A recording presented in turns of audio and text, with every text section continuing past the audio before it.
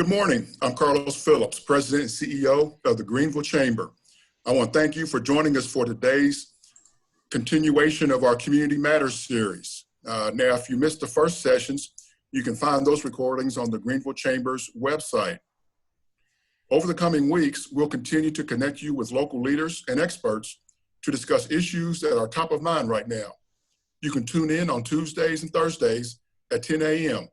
and learn more and register at greenvillechamber.org. A couple of housekeeping tips before we get started. All attendees should be on mute. Also, you can submit questions through the chat feature, which you'll find at the bottom of your screen. Today, we are speaking with Earl Gregorich. Earl is the Greenville Area Small Business Development Center Area Manager and Business Consultant. Earl, welcome to Community Matters. Thank you for having me.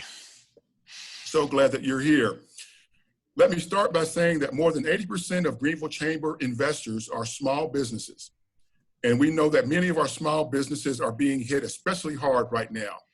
So we hope that today's discussion answers the many questions that they may have and helps position their businesses for recovery.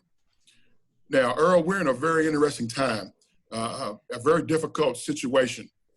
There's a lot going on, a lot of things happening that aren't in our control, that aren't our fault. And unfortunately, small businesses are probably impacted even more so than others.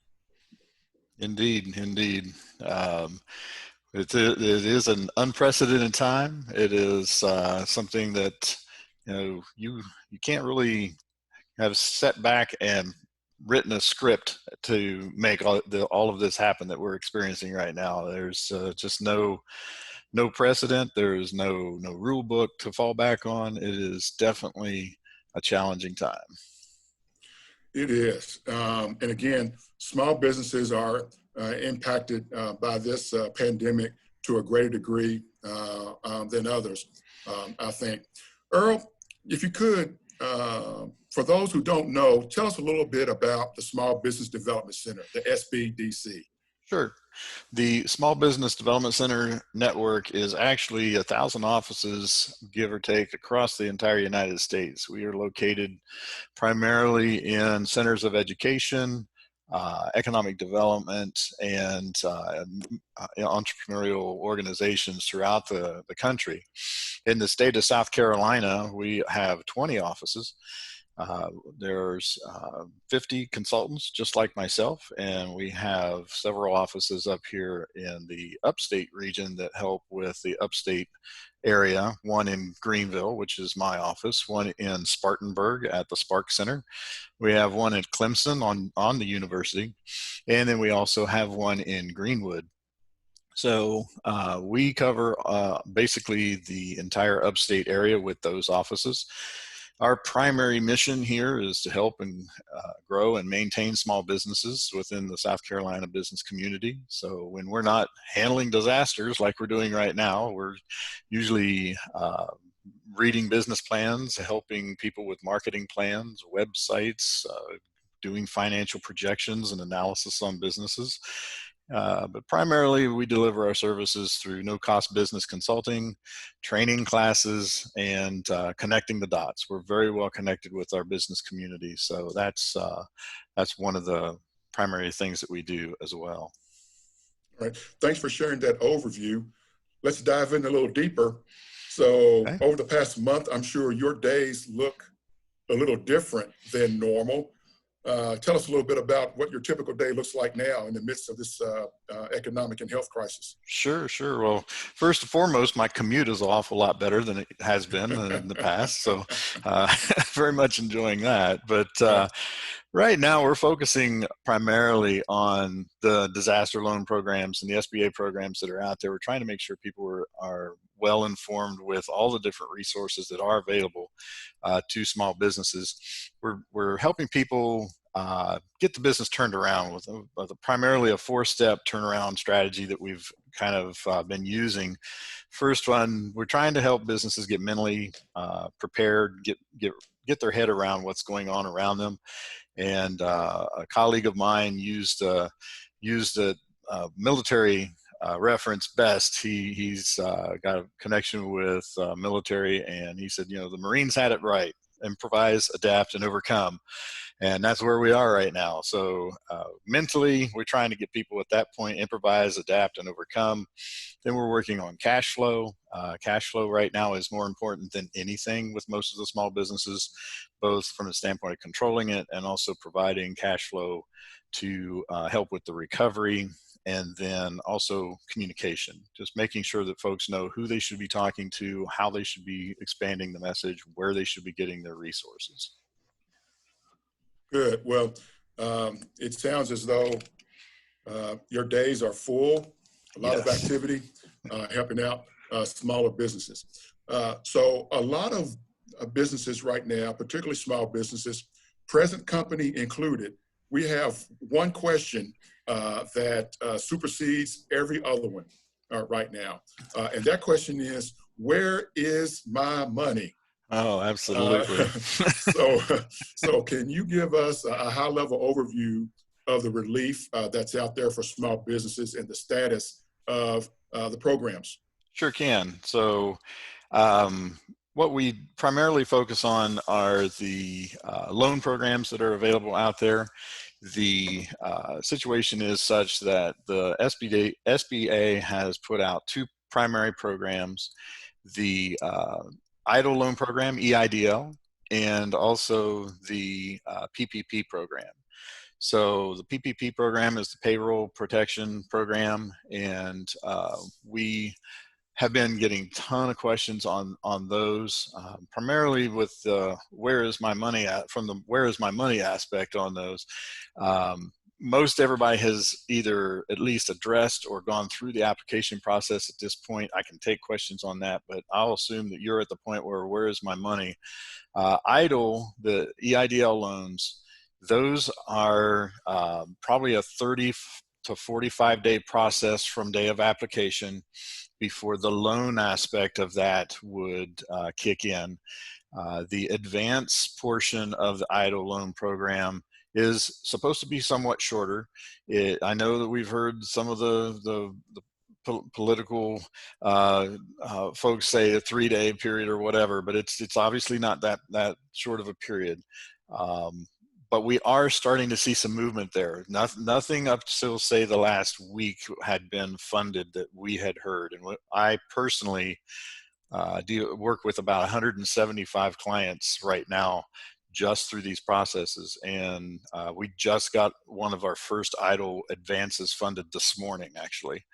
So the good news is the money is coming. We see it finally coming out of the SBA coffers, but it has been slow, and we understand that. PPPs, on the other hand, those are turning and closing. We had 4 closings last week. That was the first week that you could actually process that. This week's looking even more promising. I've already had a couple clients call saying, hey, I've talked to the bank. They only needed a couple more things and we should be good to go. So good news is the money is indeed, should be right around the corner at this point. Good. And can you give us a picture, Earl, of the volume that you're seeing through your office? And if you could compare that pre-pandemic to current in a day, what's the volume look like for you? Let's see. Can I remember that far back? Yeah, a typical day for an SBDC consultant would probably be about 5 to 6 face-to-face appointments, an hour each, and then phone calls and emails in between. Maybe 15 or 20 contacts that way through on a typical day. And right now, a typical day is probably about 50 to 75 contacts that each consultant is taking in, be it email, phone. We're not doing anything in person right now, but it's pretty much all hours of the day. Most of us don't turn this off, so it makes for a full schedule. I bet it does. What are some things that businesses need to know if they haven't already started the process, what are some things that businesses need to know when applying for the loans? So we get a lot of questions about where do I apply, how do I apply, what do I need to bring to the table. What we recommend is, first and foremost, make sure you have your financials in order. The application processes really don't ask a lot of details with regards to the numbers, the initial application process anyway. But at some point, you're going to get an email, you're going to get a phone call from an underwriter on the other side, be that your bank if you're going through the PPP loan process, or be that through SBA. You're going to get an SBA underwriter possibly. They're going to want to see some of the details. You're going to see your payroll records. You're going to see your sales year to date, your cost of goods sold, those types of questions. You're going to need to answer those. So right now, if you haven't gone through the application process yet, or if you're in that waiting mode, make sure you're spending some time getting those numbers together. Be prepared to answer some specifics on the financial aspects of your business. The other thing is to kind of get yourself educated with what the better strategies might be for the application of the programs. The EIDL loan program has a wider range of uses than the PPP program. So where PPP is only payroll, mortgage interest, utilities, and rent, the EIDL is a little bit wider in its available uses. And then timeframes. The PPP program is set up specifically to cover an 8-week period of payroll. EIDL can be the leading funding, and it can also be the follow-up funding beyond that 8-week period. So strategically, you need to think about how you might apply the funding that you might receive in these programs as well. All right. I want to thank attendees for submitting their questions. One question that we have, Earl, in regards to the EIDL loan advance, we received communication today that the advance will be determined based on pre-disaster employees. My husband and I own a small business and we don't have any employees. Would we still qualify for the EIDL loan? So the answer is yes, you would qualify for the EIDL loan. The formula that they might use regarding the advance for your business as opposed to somebody who has actual employees on record would be a little bit different, obviously, but they are primarily using the $1,000 per person per employee up to 10 when they're calculating that advance. In your case, it's not been made completely clear if they would say, okay, there's 2 owners, therefore 2 quote unquote employees, and that would be the formula, or if they're going to use some average of payroll. We have not had somebody get a payout yet where we can definitively answer the amount, but you certainly can qualify for EIDL. All right, thank you, Earl. Earl, what are some other common questions that you've received, and how are you advising your clients based on those questions? So outside of the where is my money question, which is the primary one right now, some common ones that we come across, first and foremost, is when we're dealing with the PPP loan process, folks are asking, well, I have 1099 employees. Does that count towards my calculation of payroll? And the answer to that is no, it does not. You cannot include 1099 employees in the calculation of the total payroll that you would use to get the average amounts to come up with that loan amount. But the 1099 employees, can they themselves apply for these loan programs, the EIDL and the PPP? So that would be my advice on that. Just make sure that you're communicating that to some of the 1099 folks that you might have on your roll call, and help them through the process, much like you're doing it. But that's one question we get a lot. How do I handle the 1099 employees. Let's see, another one we get, the forgiveness aspect of these. So when I apply for an EIDL loan, what's going to be forgiven with that? Well, the EIDL loan's limitation on the forgiveness is limited to the amount that you receive in the advance. So on the EIDL loan, you can, it's capped at $2 million, which I haven't had a single client come in and say, yeah, send me a loan for $2 million. But if that's the case, then you can go up to $2 million on that. The typical area is at 10 to 25,000 is what most people are looking at, because up to 25,000 you can get basically as a signature loan. It doesn't require any kind of collateral or anything like that. And of that initial 25,000 amount, you can get up to the $10,000 amount based on the number of employees. And that advance amount is what is forgiven. Whatever that is that you receive in advance, you do not have to pay back. So that's the forgiveness on that side. Forgiveness on PPP, on the other hand, could be up to 100% of the loan that you receive. So there's a lot of criteria attached to that, as you can imagine, but that forgiveness is what is probably the most drawing factor for the PPP program over the EIDL, because EIDL max would be 10,000, where PPP could be 100% forgiven. While you're thinking of that next question, Earl, I want to encourage attendees to submit questions via the chat feature as well, because I know you have a lot of questions. Don't be bashful. Or maybe, Earl, you're doing such a good job of explaining things. Maybe you're answering all their questions. So, well, I've been taking questions now for about 4 weeks, so I don't say I've got them all, but I've certainly heard a few.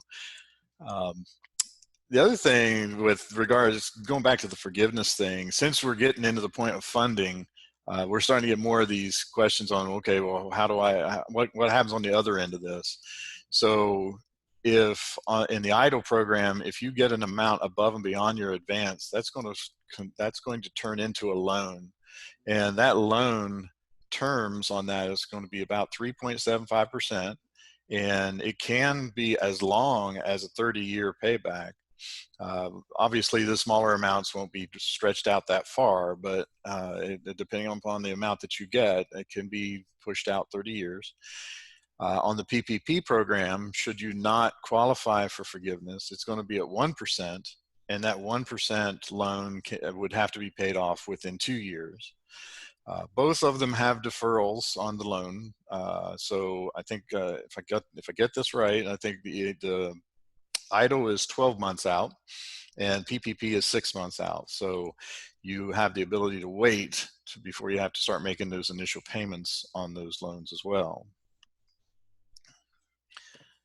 All right, Earl, we've got a question via the chat feature asking you to review the details of the formula for forgiveness on the PPP. Sure.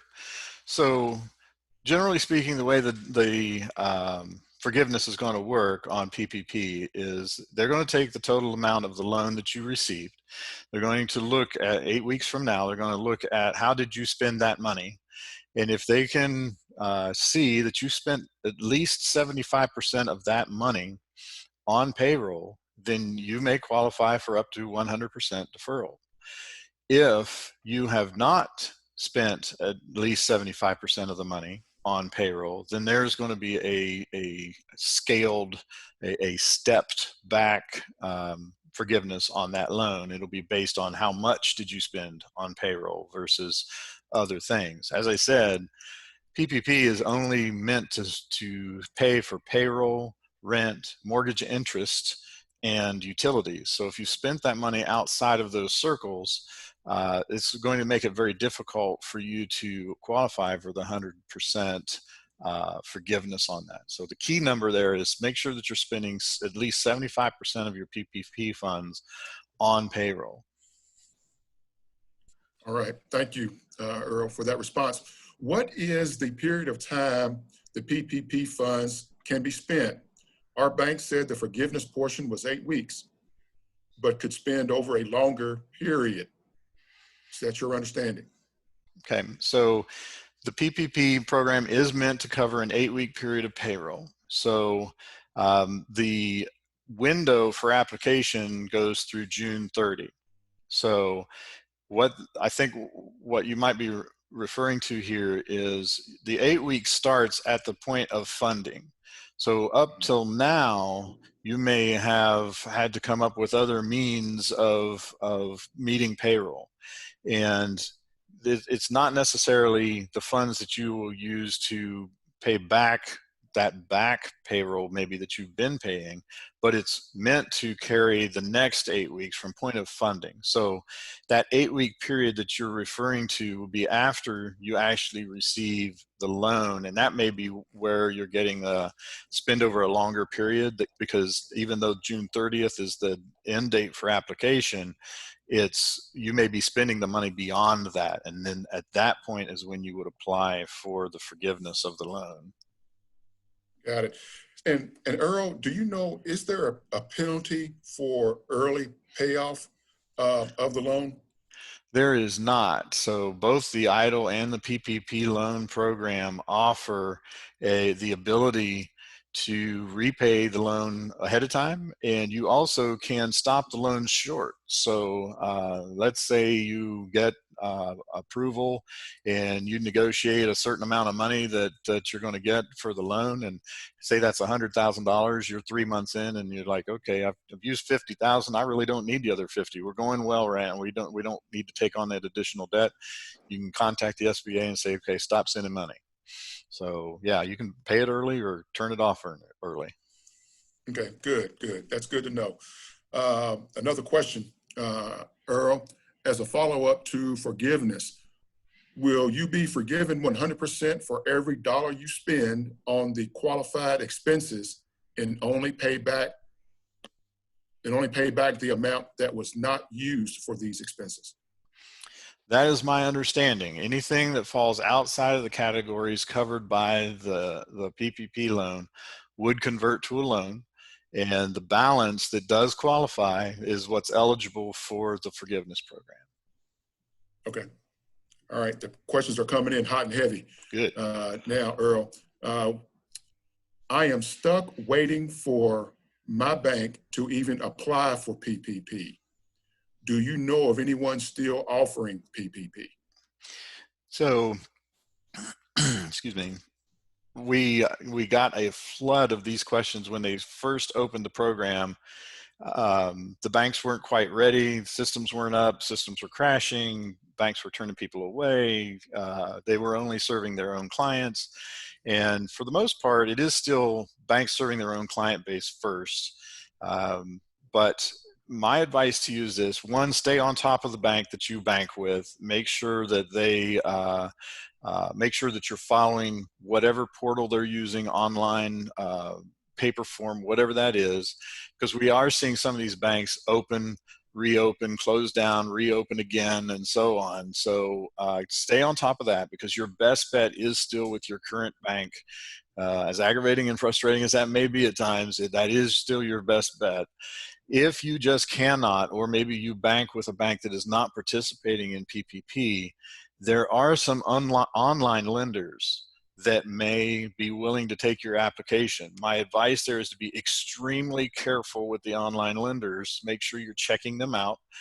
I'm going to tell you about a Friday briefing here at the end of this, where I go through some steps on how to check online vendors to make sure they're legitimate. But a lot of your online lenders are taking PPP for non-clients. So that's kind of the outlet right now for that. Okay. All right. Another question. I've heard numerous contradictory explanations of the formula for reduction of the dollar for dollar forgiveness based on payroll. I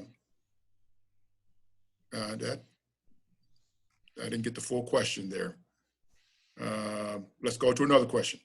If at least 75% is used on payroll and the remainder is used on rent and utilities, is that non-payroll portion, 25% or less, still forgiven?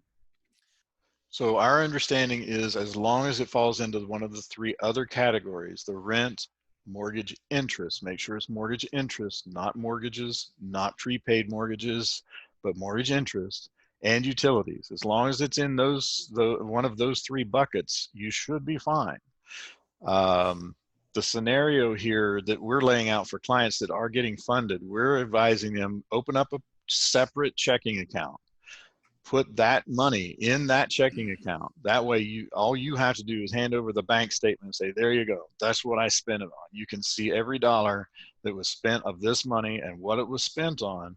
That way, there is no question. If you dump this money into your regular business account, then you really don't have a lot of record to say, yeah, this check came from PPP and that check came from my other money and so on. So open up a separate bank account, put this money in there, and there shouldn't be any question as to what categories you are applying these funds to. All right. Thank you, Earl.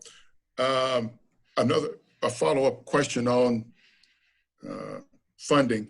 What is the approximate time frame in between receiving preliminary approval and getting the funding in their accounts? Okay. So the PPP program, usually that's within a couple of days max, maybe 24, 48 hours is what we're hearing from our clients in the most part. That is bank dependent though. So I wouldn't use that as a rule of thumb. Don't go in your bank and say, well, Earl said 24 hours I should get my money. That's just what we're seeing. And that's on the PPP side. On the EIDL loan, if you're getting an email, at least this is the way the last few clients have been, if you're getting an email from SBA up front saying, hey, here's how we're calculating this, here's how you should be receiving funds, and it talks to you about it's going to be dropped into the account that you've provided routing numbers for, as long as all of that information is in place, normally we're seeing within that week that person is getting that advance amount. The loan amount is going to be pushed on out. The loan amount's probably you're not going to get an approval on that probably for another 2 to 3 weeks on the loan portion of EIDL. And then that, if you get approval in 2 to 3 weeks, they will then mail you closing documents that you will have to fill out, mail back. Once they've approved those closing documents, it's another 5 to 7 days for funding of that loan portion of EIDL. Okay. All right. One final question. I'll go back to a question that had issues with earlier. I've heard numerous contradictory explanations of the formula for reduction of the dollar for dollar forgiveness based on payroll. Does the dollar amount of payroll matter, or is it the head count? So the answer, and do we need to rehire the same identical people for the same number of man hours? Okay, so the answer is yes and no. How's that? Okay. I'll expand on that a little bit. So yes, the dollar amount and the head count matter.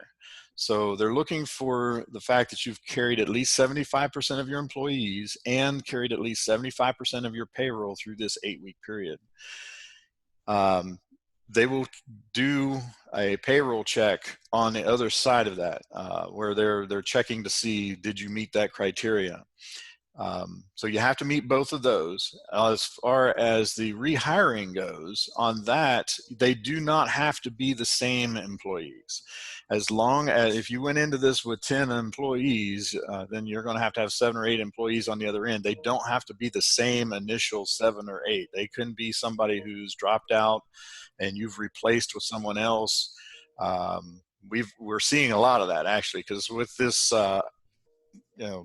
shuffle going on in the economy, we realize people are having to make some tough decisions, and maybe they're moving, or maybe they're finding other opportunities to make ends meet, and they may not be back. So yeah, it doesn't have to be the exact same people on payroll.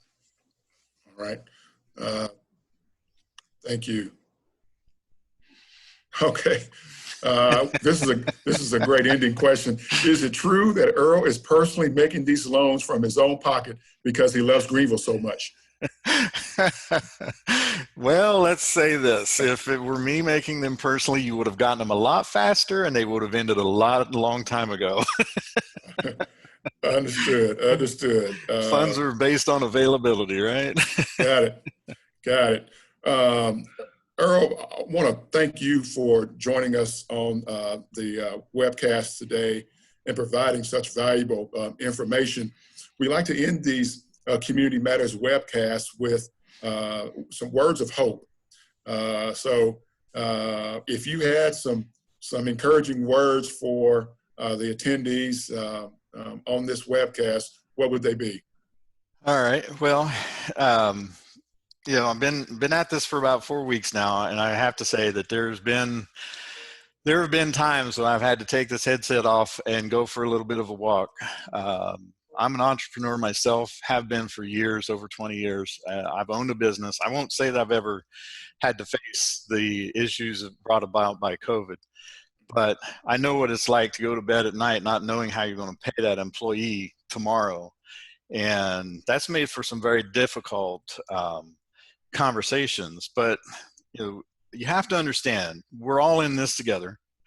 It's not going to be one of us, it's going to be all of us. It's going to make this work. You also have to understand, as Carlos said at the beginning of this is not your fault. You did not cause this. And unfortunately, there's no amount of schooling, there's no amount of experience, there's nothing that you could have done planning wise or otherwise to prepare you for what we're experiencing right now. So the key here, again, going back to our first point, mentally, you got to wrap your head around this. You've got to put yourself in the mind of focusing on the recovery. I mentioned the Marine Corps motto, improvise, adapt, and overcome. I'm allowed to borrow that because my dad was a Marine. I'm in the Air Force, so I'm allowed to borrow it. I can't keep it for myself.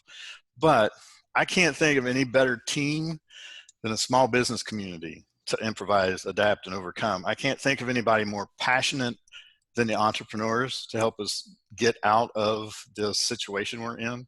And I can't imagine that there's anybody more motivated than our group to work our way through this. I want you to think back to the time when you were starting this business. Some of you, it wasn't too long ago.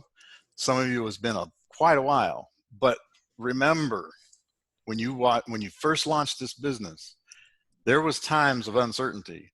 There was times you didn't know what to do. There were times when the rules were not in front of you, but you found your way through it. And you probably remember that day you got your first business card, or when that sign went up on the front of the building for the first time and what that made you feel like. Imagine what you're going to feel like when you get to the other end of this. Yeah. Earl, I can't top that. That was a wonderful note to end on. I want to thank you for sharing your expertise with the attendees today, and I want to thank all the attendees for participating. This recording will be shared on the Greenville Chamber website. Don't forget that this is part of an ongoing series. And on Thursday at 10 a.m., we'll be joined by representatives from both Blue Cross Blue Shield as well as Pelham Medical Center for a healthcare update. Earl, again, thanks for joining us today. Thanks for all the attendees for participating. This too shall pass, and we're going to get through this together. And we'll be right here with you as we go through this. Thank you all. Thank you.